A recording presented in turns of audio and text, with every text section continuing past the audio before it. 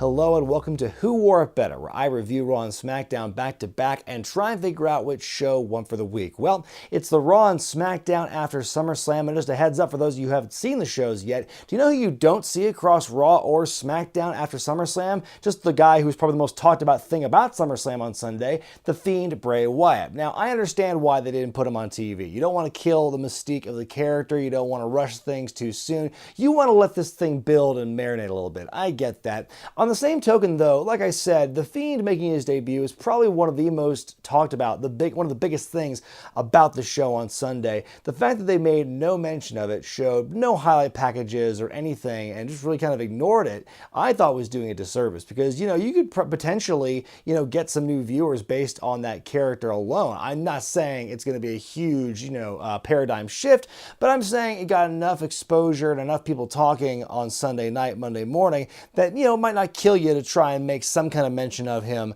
as the shows go on during the week, but we didn't get that. So, it's kind of a little bit, you take it or leave it. You could say it's a good thing they didn't mention them, or you kind of wish they did have some kind of mention. That's my personal nitpick about both shows, is that, there was no mention of the Fiend at all in any kind of capacity, which I think kind of was a bit of a letdown. Anyway, on to the main shows. Raw opens up with the new Universal Champion, Seth Rollins, addressing what happened on Sunday. He does a good job putting Brock over as an opponent. He says he's still a beast and everything. We get a Beast Slayer chant from the crowd, although at first I thought they were saying Heath Slater. It rhymes.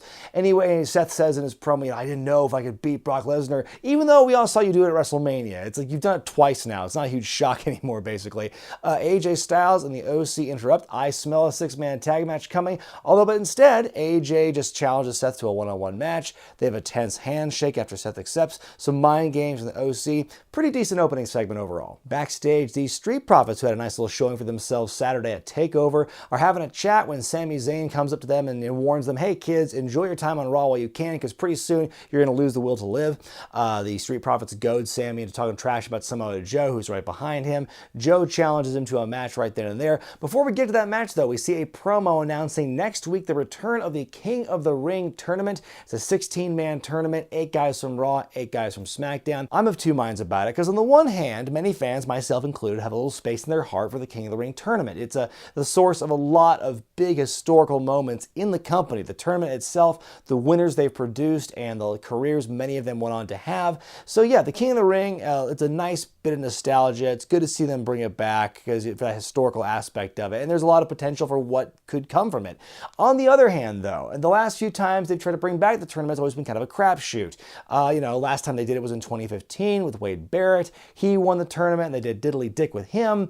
I want to see this tournament actually, be for something. That's the most important thing to me, is to have some reason for this besides just, well, we're in the lull between SummerSlam and Survivor Series, got to have this tournament to try and, get things exciting. So, it'd be cool if the winner received a title shot of some kind. Who really knows for sure? So, will there be a point to this tournament, or will the winners wear a silly crown for a few months before they ditch the idea entirely? We then go to that impromptu match, Samoa Joe versus Sami Zayn. Joe beats Zayn in record time with the Coquina Clutch. Then Joe's on the microphone and says that while Roman Reigns may have forgiven me for, accusing me of attacking him the last couple of weeks, I will not forgive any of you fans, and I'm sure the fans are deeply affected by that. It's time for the match we all thought we were going to get at SummerSlam up until last Monday, when Dolph Ziggler takes on The Miz. Ziggler comes out second, and he's got his street clothes on. He says he's not cleared to wrestle after he was speared multiple times by Goldberg the night before, so he goes to walk away, but it's an elaborate ruse. Ziggler jumps Miz, and so the match actually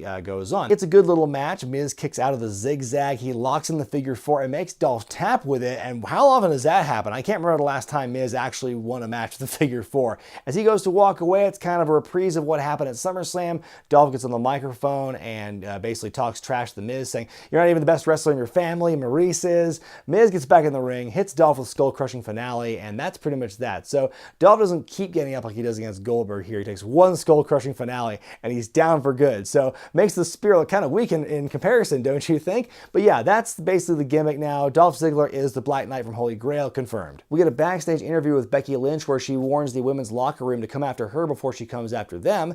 Then Elias is in the ring. He is anticipating for anyone to interrupt him. No one does. He starts playing, and then Ricochet shows up and interrupts him. He's still wearing the Nightwing pants, but he's lost the top from SummerSlam. The two exchange some words, and we have an impromptu impromptu match between the two of them. Bit of an odd botch when Ricochet like just kind of rolls into Elias, and Elias doesn't know what to do, so he just basically does like a shoulder roll as if he were taking an arm drag or something. Good effort, guys. A really scary bump by Ricochet where he eats shit taking a plancha and just fully lands on the outside. Ultimately, Ricochet hits a sunset flip from the top rope, wins the match, even though the referee clearly misses Elias's shoulder blatantly being up there. And unlike the last time a referee blew a call, during a Ricochet match no less, we don't get a second referee to come out and correct things before, the match actually resumes. Oh well, that was just kind of a weak match in general, and made worse by what I think was a botched finish. 2 weeks ago, Andrade ripped off Rey Mysterio's mask, and the week after that, Zelina Vega cost Rey a match with Andrade. We have a rematch here between the two of them in a 2 out of 3 falls match. Now, I know that when I first heard them say 2 out of 3 falls match, I don't know about you guys, but when they said that, I immediately tensed up like, oh no, are they going to go to a commercial break? No, actually, that's right. They backpedaled off the no wrestling during commercial breaks rule, and so we actually had a proper full match contained in one segment. Very nice. First fall happens immediately, though, when Zelina distracts Rey once again, Andrade with the roll-up. The second fall sees a lot of great action, but ultimately Rey loses once again, 2 straight, due to the hammerlock DDT by Andrade. Kind of rare for the 2 out of 3 format as of late to be a sweep like that. It usually goes to 3 falls. It's just also crazy how one-sided this feud has become. After the match, we see Rey kind of going through the backstage area, and he's interviewed about losing. He keeps muttering to himself something about his family before he walks off. I'm really curious where they're going to go with Rey here, because, he can't fight Andrade forever, and now he seems to be going through this kind of existential crisis, trying to support his family. So I guess we're going to see where we go with Rey from here. We then get a Skype interview between Michael Cole and Stone Cold Steve Austin. Austin says he is impressed with how Seth beat Brock at SummerSlam, and we already knew this because Michael Cole uttered that phrase about 24 times during the night before the Skype interview. Basically, he says Austin believes in Seth, watch his new show on USA. Glad to see we can have legends literally phone it in on an internet call now instead of having them show up live to get an actual decent pop. Hooray! So after weeks of false starts, we finally get a proper competitive match between Drew McIntyre and Cedric Alexander. And what a doozy of a match this was, folks, because Drew gives up a lot to Cedric here. He takes a lumbar check on the floor, which honestly probably hurts Cedric a lot more than it hurt Drew. And he also does a Spanish fly off the top rope. Ultimately, Drew wins with the Claymore, and that's that. It was a great match, but here's my one nitpick with it. It's been more than a month in the making for this matchup. Between the week before Extreme Rules, when Cedric disguised himself as a janitor with a mask on, and here, the Monday after SummerSlam, there was a long time here where they had all these, like I mentioned, false starts. You had these matches, like there was the one right after Extreme Rules where Cedric wins in the upset, and then you've got all these beatdowns and matches that don't really go anywhere. I think it would have been really beneficial to Cedric if he were actually wrestling some televised matches with people who were not Drew McIntyre and win those matches and really build himself up more as more of a threat, less fluky, less like, oh my God, what a huge upset if Cedric wins here, and it will be more balanced between the two of them. I think that all these false starts, it had some good moments peppered in there, like the big dive Cedric did to Drew and company a couple weeks ago, but I feel it would have, my personal take is it would have been a lot better if Cedric had some like matches under his belt going into this one with Drew where he ultimately loses, but it's kind of a nitpick. I'm still pissed Robert Roode grew his beard back. That porn stash never had a chance, sadly. He beats No Way Jose in a pretty darn quick match, the Glorious DDT. It's a nice look for Roode. If they're going to give him TV time, it begins with a simple step. All I could think of when I watched this match was, man, remember how good he was in NXT? Backstage, Paul Heyman is spitting mad that Brock Lesnar gets no rematches against Seth Rollins for the Universal title. He doesn't say much more than that. He just kind of stammers to himself, then he goes back into the dressing room. Nice seeing you, Paul. Lucha House Party taking on the Revival up next, and I'm getting flashbacks of Lucha House Party rules all of a sudden. We don't get very far into the match, though, when R-Truth and the League of Jobbers come running out, chasing after the 24/7 championship. In the madness, though, the Revival actually take out Truth to become co-champions for a very brief moment.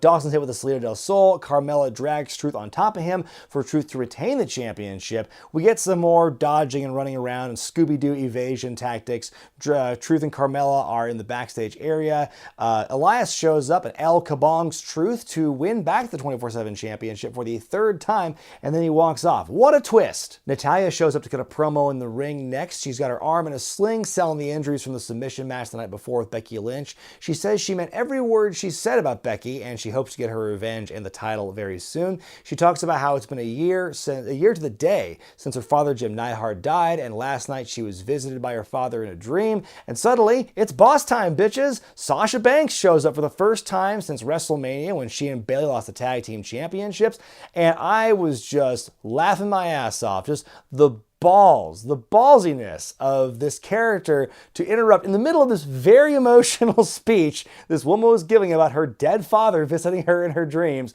She just comes out like, yeah, I'm the boss, woo. So I immediately thought, oh, she's clearly being a heel interrupting Natalya here. But then they hug in the ring. I'm like, okay, so it's like Natalya doesn't have a problem with it, but then, oh, Sasha actually turns heel officially and beats up Natalya, and then she snatches her own wig off to reveal it's not purple hair anymore, it's blue. She's morphed into a new form. As Sasha's beating the hell out of Natalya, we get some chants like, holy shit, welcome back, and thank you, Sasha. She's supposed to be the heel in this scenario, right? Becky Lynch shows up to make the save, and let me put it this way.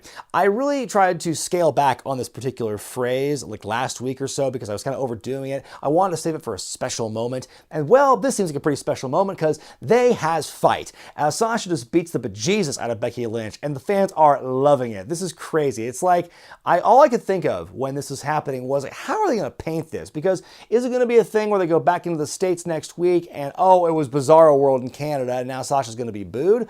Or is this going to be really similar to what happened last year when Becky Lynch like turned heel, but the fans loved it because she was kind of a sympathetic character, and now they're just kind of like, oh, we love Sasha now. I'm not saying this would totally like usurp Becky Lynch, but the similarities, I'm definitely picking up some vibes of similarity between Sasha's heel turn and Becky's heel turn, because despite all the rumor and innuendo surrounding why Sasha left after WrestleMania, why she took the time off, there's definitely people out there who are in the Sasha camp and who believe that she is talented enough to have done better than what her current station was for a while. So, you know, maybe she is going to get a face pop next week when they're back in America.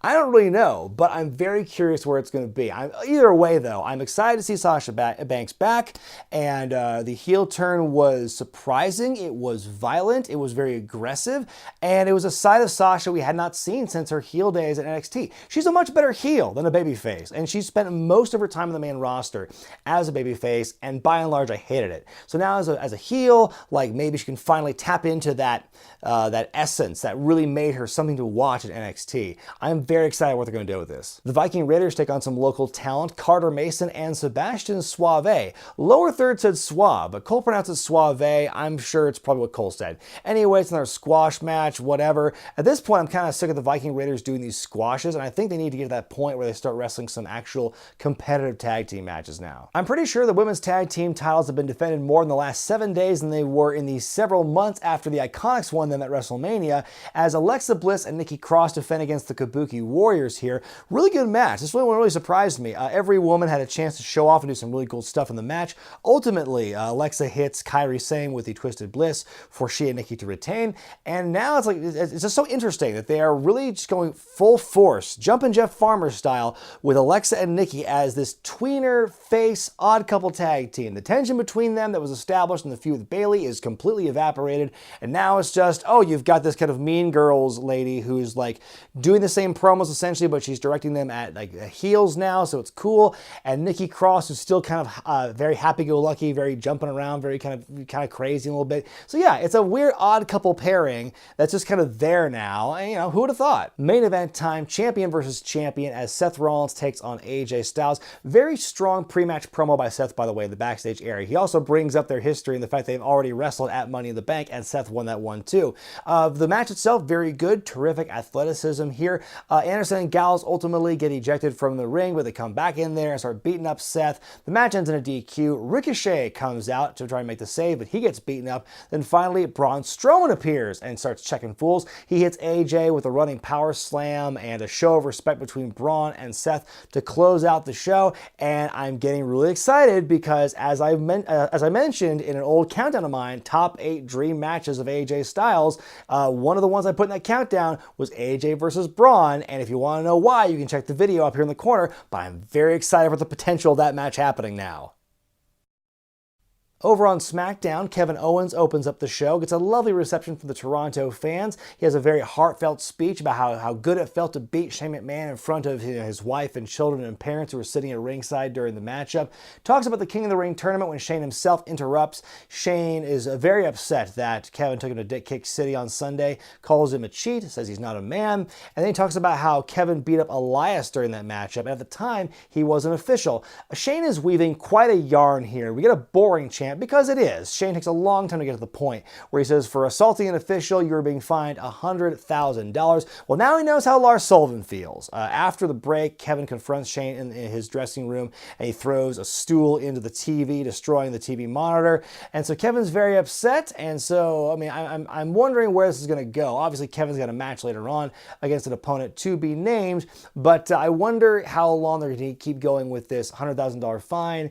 I was kind of disappointed that Shane came back, if I'm being honest. I was kind of hoping that would kind of be the way they wrote off Shane McMahon. He could ride off into the sunset after that matchup, but apparently we're not done with it just yet. First match of the night sees Charlotte Flair taking on Ember Moon. Neither woman gets an entrance. Who will win? It's actually a really good match here. Ultimately, Charlotte wins. She works the leg the whole time. She makes Ember tap out with the figure 8, and that's that. I feel bad for Ember here because, you know, between Summerslam and here on Tuesday, she's lost 2 in a row, and before that, she wasn't looking that hot in the build to the match with Bayley either. You know, it's sad to see, but, you know, in a match like this, someone's got to lose, and, you know, obviously they're putting more momentum on Charlotte, so we'll see where the path of Charlotte goes from here, but I'm also curious to keep an eye on Ember Moon from here on out. Daniel Bryan and Rowan are on stage, and Daniel denies the allegations that he and or Rowan were involved in the freak accidents that happened to Roman Reigns the previous week or so ago.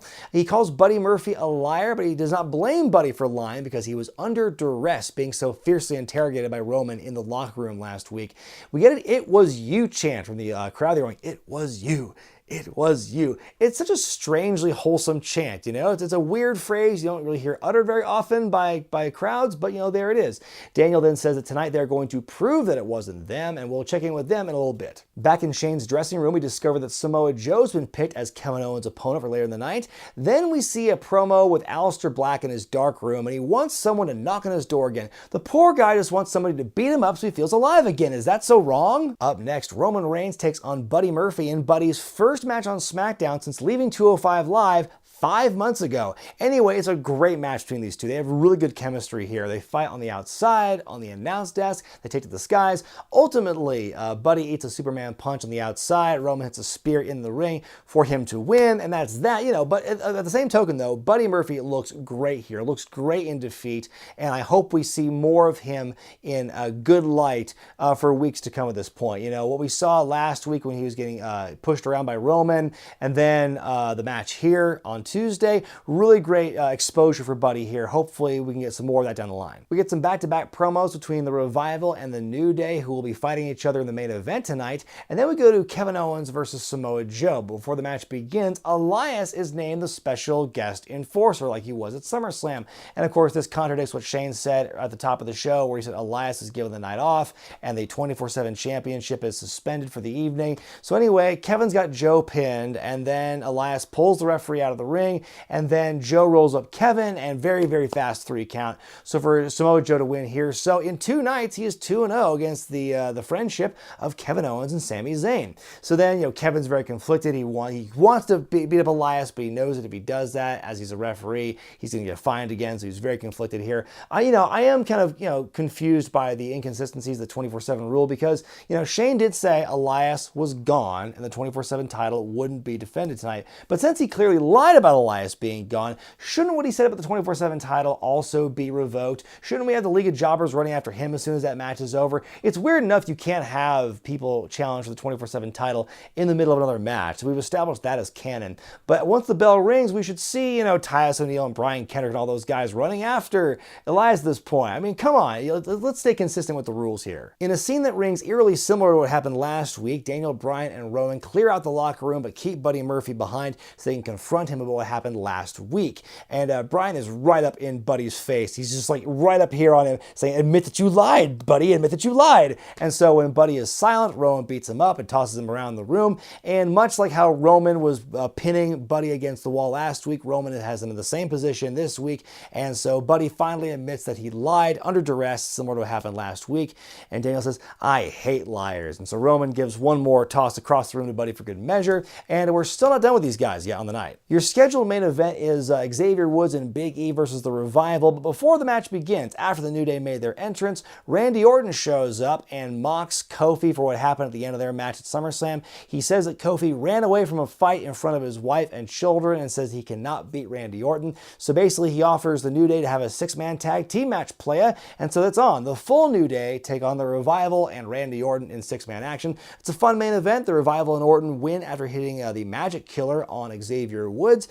After the match, Orton just cleans house and hits Kofi, Xavier, Big E, then Kofi again with the RKO, and so that's how he stands tall on the night, looking very strong after SummerSlam. And the final scene that we get before we go off the air is we're back in the locker room, and Roman Reigns confronts Daniel Bryan and Rowan once again. And so Daniel wants Roman to apologize, because he apologized to Samoa Joe. So now that you've proven that Buddy's a liar, then Roman, I should say, should apologize to Rowan and Daniel.